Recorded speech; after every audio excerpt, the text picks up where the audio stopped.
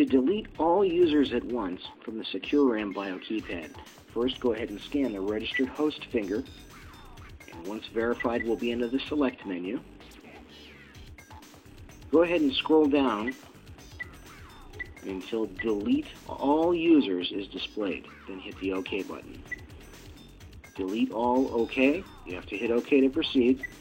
Oops, it timed out on me. Let's try one more time. Scrolling down to Delete all users, I hit OK. I hit OK again. And all user IDs are deleted. We'll back out of the Select menu.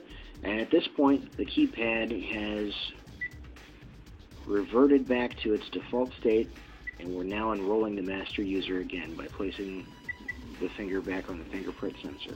User ID 01 enrolled.